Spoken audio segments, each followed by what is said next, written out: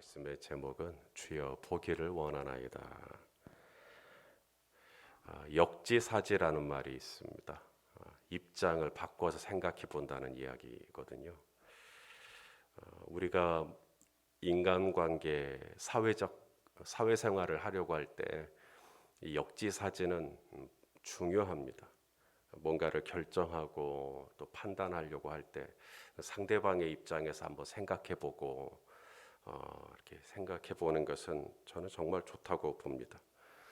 그런데 여러분, 역지사지, 상대방의 입장을 고려하고 생각해 보는 것인데 이게 정말 가능한 일일까?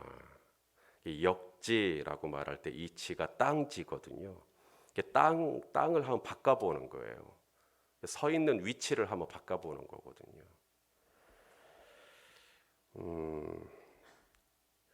제가 있는 위치가 있어요. 담임 목사 위치가 있고 또 성도, 또 우리 성도님들이 계신 위치가 있어요. 제가 목회를 하려고 할 때 성도의 입장, 성도 편에서 또 생각을 해야죠. 그런데 제가 여러분의 입장을 알기 위해서 제가 목사라는 직분을 내려놓고 평신도가 될 수 있을까요? 불가능한 건 아니지만 쉽지는 않습니다. 또 여러분이 목회를 하는 제 입장이 되어보기 위해 지금 당장 신학교에 가서 신학을 하고 목사고시를 보고 교단에서 목사 안수를 받고 불가능한 건 아니지만 쉬운 일은 아닙니다. 무슨 얘기를 하려는 거냐면 역지사지라는 말은 틀림없는 맞는 말이긴 하지만 쉬운 말은 아닌 것 같습니다. 영어권에서도 비슷한 속담이 있습니다. Put yourself in one's shoes. 상대방의 신발을 한번 신어봐라 라는 이야기입니다. 훨씬 더 리얼리티가 있는 얘기라고 생각합니다. 여러분, 군대가 쉬워요, 어려워요? 가보셨어요? 군대에 가신 분과 역지사지 할 수 있나요? 그냥 막연하게 군대가 쉽지 않지, 어렵지, 힘들지. 그런데 역지사지를 하겠다고 내가 직접 군대 생활을, 병영 생활을 내가 체험한다라는 건 쉽지가 않습니다. 우리 자매님들 아이를 임신하고 출산하셨어요. 인류가 할 수 있는 가장 위대한 일이 출산입니다. 그 출산의 고통이 쉬우세요, 어려우세요? 예. 어렵죠. 10개월 동안 제대로 먹지도 못하고 주무시지도 못하고 어디 바깥 활동도 하기도 힘들고, 그리고 결정적으로 출산할 때 온몸의 뼈마디가 부러지는 듯한 그 고통들. 제가 말만 이렇게 하지 제가 알긴 할까요? 이것을 형제들이 역지사지할 수 있을까요? 온전히 그 입장에서 그 위치에 설 수 있겠는가 하는 것입니다. 그냥 머리로는 입장 바꿔 생각해 봐야지 라고 이야기하지만 진짜 입장을 바꾼다라는 건 쉽지가 않습니다. 그런 의미에서 고난은 신비입니다. 말은 저분 입장에 있어 올 때 참 쉽지 않겠다라고 하지만 진짜 그분의 입장이 되기 전까지는 그분의 고통을 알 수가 없어요. 고난은 신비입니다. 인간관계에서 우리가 서로의 입장을 헤아려 보겠다라고 하는 그런 마음은 참 좋은 마음이에요. 그런데 진짜로 그분의 신발을 신어보고, 내가 진짜로 군대를 가보고, 내가 진짜로 애를 낳아보고 하기 전에는 그분의 가지고 있는 그 고통을 헤아릴 수가 없습니다. 오늘 본문에 예수님이 제자들에게 십자가의 고난을 얘기하십니다. 32절, 33절 우리 한번 볼까요? 시작.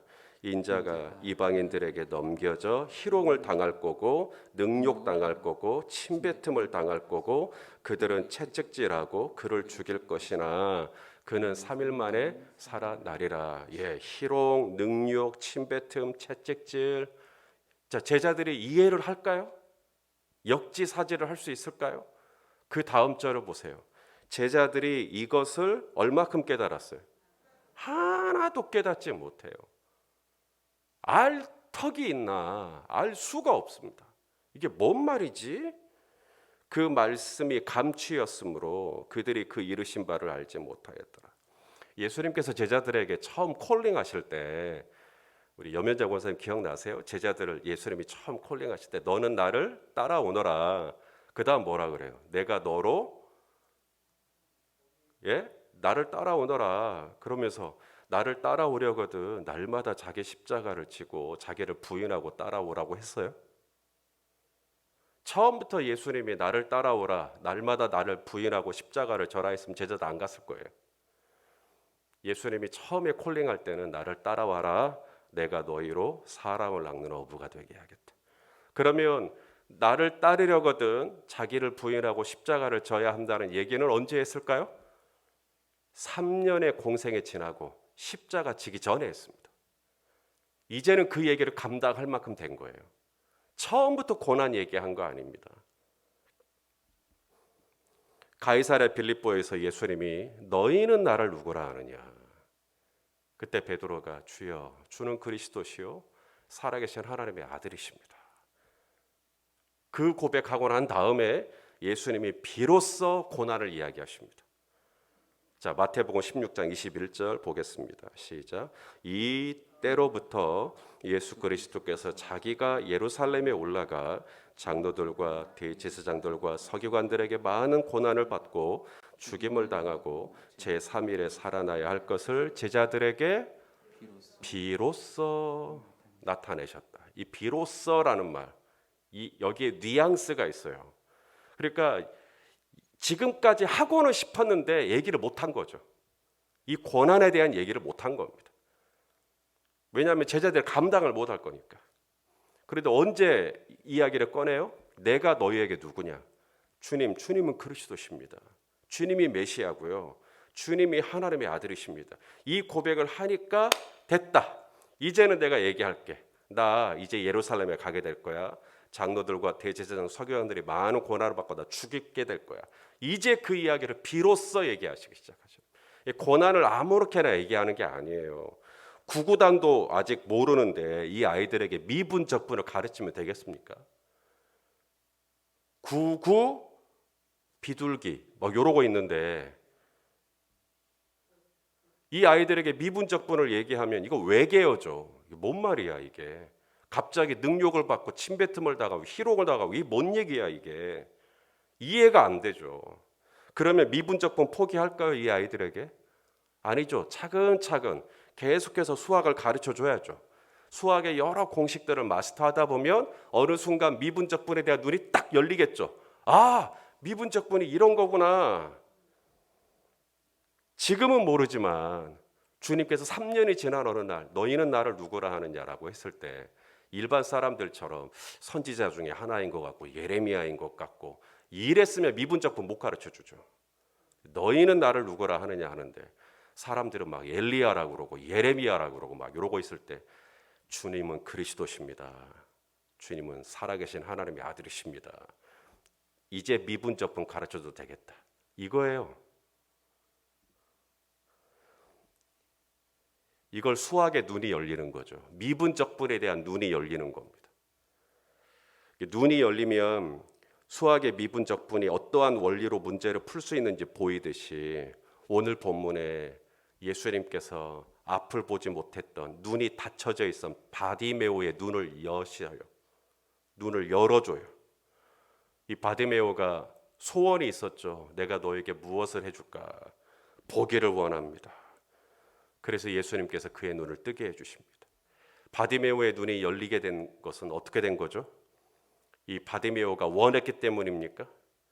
물론 바디메오가 원했지만 동시에 예수님도 원해야 눈이 열릴 수 있어요. 이게 바디메오만 원한다고 눈이 열리는 게 아니에요. 예수님도 그의 눈을 열리게 해주고 싶어야 예수님의 뜻과 바디메오의 뜻이 일치해야 눈이 열리는 겁니다. 자, 우리 요한일서 5장 14절 읽어보겠습니다. 시작. 그를 향하여 우리가 가진 바 담대함이 이것이니 그의 뜻대로 무엇을 구하면 들으심이라. 여러분, 우리가 기도할 때 무엇을 구해도 무엇을 기도해도 다 응답된 줄로 믿습니다. 아멘 하시면 안 돼요. 무엇을 기도해도 다 응답되는 줄로 압니다 라고 하면 안 돼요. 그 앞에 중요한 큰 따옴표가 있어요. 뭐죠? 그의 뜻대로. 그의 뜻대로 무엇을 주야 보기를 원합니다. 막 내가 소리 지른다고 다 보는 거 아닙니다. 주님도 그래 너 눈 떠라 라고 해줘야 이게 열리는 거예요. 주여 살려주십시오 라고 다 되는 거 아닙니다. 주님도 살리고 싶어야 돼요. 주님의 뜻과 내 뜻이 딱 맞아떨어져야 되는 것입니다. 주님은 바디메오의 눈이 열리기를 원했듯 오늘 저와 여러분의 눈도 열리기를 원하십니다. 이 눈이 열려야 변화가 일어나요. 수학의 미분적분에 대한 눈이 열리면 수학의 세계가 이런 세계가 있었어? 완전히 새로운 차원으로 들어가듯이 눈이 열리면 신앙생활이 완전히 달라집니다. 오늘 이 바디메오가 눈이 열렸거든요. 눈이 열리고 난 다음에 그에게 찾아온 변화가 있었습니다. 오늘 본문이 끝나는 42절, 43절입니다. 읽어보시죠. 시작. 예수께서 그에게 이르시되 보라 내 믿음이 너를 구원하였느니라 하심에 곧 보게 되어 하나님께 첫 번째가 뭐예요? 곧 보게 돼요. 첫 번째가 자, 곧 보게 돼요. 자, 눈이 열렸어요. 첫 번째 하나님께 영광을 돌리며 두 번째 예수를 따르니 세 번째 백성이 다 이 눈이 열린 그를 보고 하나님께 찬양을 올리죠. 이 세 가지. 그러니까 눈이 열리기 전에는 하나님께 영광을 돌려요, 안 돌려요? 안 돌려요. 눈이 안 열렸기 때문에 하나님께 영광을 못 돌리는 겁니다. 하나님께 영광을 아무나 돌리는 거 아니에요. 하나님께 영광을 돌릴 수 있는 눈이 열려야 돼요. 무슨 말이냐면 이게 내 힘으로 된 거, 내 재주로 됐다. 이거 내 능력이다. 이거 내 힘이다. 이거 내가 똑똑해서 그런 거야. 이거 내가 잘나서 그런 거야. 하나님께 절대 영광 못 돌립니다. 그런데 눈이 열려서 이건 내 힘으로 한 게 아니라 이건 하나님의 은혜야. 하나님이 날 도와주신 거야. 하나님이 날 주장해 주신 거야. 하나님께서 나를 붙들어 주신 거야. 하나님께서 여기까지 인도해 주신 거야. 에베네셀. 이렇게 눈이 열리면 하나님께 영광 돌릴 수 있어요. 근데 눈이 닫혀 있으니까 아직도 무슨 생각하냐면 이게 내 힘으로 된 줄 알고 까불어요. 오만해져요. 사람이. 눈이 열리면 첫 번째로 나타나는 증거가 뭐냐면 하나님의 은혜다 이거 진짜 하나님의 은혜다. 그 다음 두 번째가 뭐냐면 예수를 따르니 그랬습니다. 그러니까 예수님을 아무나 따르는 거 아닙니다. 예수님이 누군지 눈이 열려야 예수님을 따를 수가 있어요. 세례 요한이 요단강에서 사람들에게 세례를 줄 때 예수님이 오셨어요. 예수님이 오실 때 아무도 예수님을 못 알아봤는데 딱 한 사람 예수님을 알아봤어요. 바로 요한이죠. 요한이 예수님이 자기에게 세례받으러 오는 것을 보고 깜짝 놀래요. 그러면서 이런 얘기를 합니다. 요한복음 1장 29절 시작. 이튿날 요한이 예수께서 자기에게 나아오심을 보고 이르되 보라 세상 죄를 지고 가는 하나님의 어린 양이로다. 이 예수님을 가리켜서 저분이 메시아야, 저분이 그리스도야, 저분이 하나님의 아들이야 라고 이야기를 하는 겁니다. 그 전까지는 사람들이 예수님을 못 알아봤어요. 그냥 평범한 갈릴리에서 온 그죠? 그냥 자기들하고 똑같은 유대인 중에 한 분 정도로만 생각을 했죠. 그런데 요한이 드디어 말한 거, 이분이 바로 그분이야. 내가 기다렸던 분이야. 나는 이분의 신들매 풀기도 감당치 못할 분이야 라고 얘기를 해줍니다. 예수님이 이분이셨구나.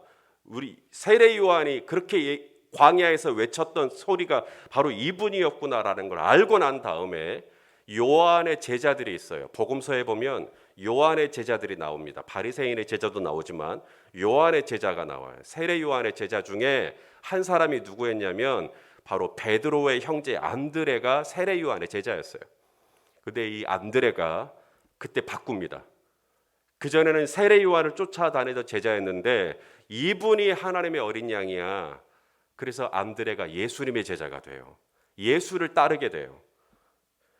자, 요한복음 1장 37절에 보시면 두 제자가, 여기서 두 제자란 요한의 제자들 중에 요한의 제자들 중에 두 제자, 이 두 제자 중에 한 사람이 바로 베드로의 형제 안드레. 이 두 제자가 요한의 말을 듣고 이 예수님에 대한 눈이 열리니까 예수를 따르게 되더라는 거죠. 예수님에 대한 눈이 안 열리면 그냥 이분은 목수의 아들인 거고, 이분은 그냥 요셉의 아들인 거고, 이분은 그냥 나사렛에서 온 그냥 갈릴리의 그냥 어느 누군가, 이렇게밖에 안 되는 거예요. 그럼 그분을 따를 이유가 없죠. 근데 눈이 열리면 하나님께 영광을 돌리게 되고, 눈이 열리면 일상 속에서 예수 그리스도를 따르게 돼요. 세 번째가 뭐냐면, 내가 그렇게 하나님께 자꾸 영광을 돌리고, 내가 그렇게 자꾸 예수님을 따라가고, 예수님이라면 어떻게 하셨을까, 막 이런 마음을 가지고 늘 예수님하고 동행하면, 세 번째가 뭐냐면 사람들이 변화된 나를 보고 하나님께 찬양을 올리게 돼요.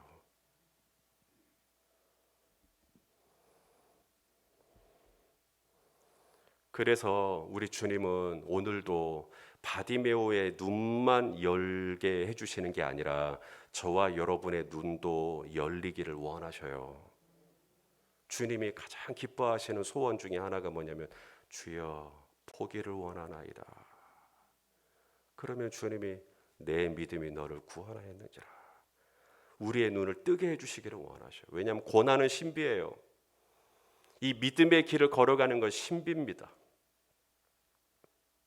역지사지 머릿속으로 관념적으로 그냥 이런 걸까 막연한데,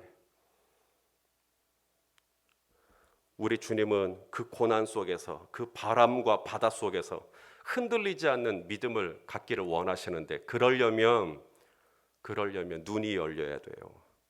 눈이 열려야 우리의 일상 속에서 하나님께 영광을 돌리는 삶을 살게 돼요. 오늘도 하나님의 흔적과 하나님의 도우심과 하나님의 인자하심과 하나님의 성실하심을 우리의 일상 속에서 많이 발견할 수 있는 눈이 열리게 되기를 소망합니다. 그리고 예수를 따르게 돼요. 믿음의 주요 온전케 하시는 예수를 따르게 돼요. 뭔가를 판단하려고 할 때 예수님이라면 어떻게 하셨을까 하면서 예수를 따르게 돼요. 눈이 열리니까. 세 번째가 뭐냐면, 눈이 열려야 나를 보는 누군가가 나를 통해서 예수 그리스도를, 하나님을 바라보게 되는 거죠. 그렇기 때문에 오늘도 주님은 진흙을 이겨서 저와 여러분의 눈에 바르시고 우리의 눈을 깨끗게 하시고 눈이 밝아진 주님의 제자가 되기를 원하시는 것입니다. 그 은혜가 있기를 예수 그리스도 이름으로 축원합니다. 기도하겠습니다. 아버지 하나님, 오늘 이 새벽에 아버지 앞에 나온 우리 귀한 주님의 자녀들, 우리가 한 마음으로 아버지 앞에 소원을 올립니다. 주여 보기를 원하나이다. 눈이 더 밝아지기를 원하나이다. 육신의 시력은 점점 어두워집니다. 육신의 청력은 점점 어두워집니다. 그러나 날로 우리의 속사람의 시력과 청력은 밝아지기를 원합니다. 깨끗해지기를 원합니다. 예민해지기를 원합니다. 하나님께 더 높이 영광을 돌려드리기를 원합니다.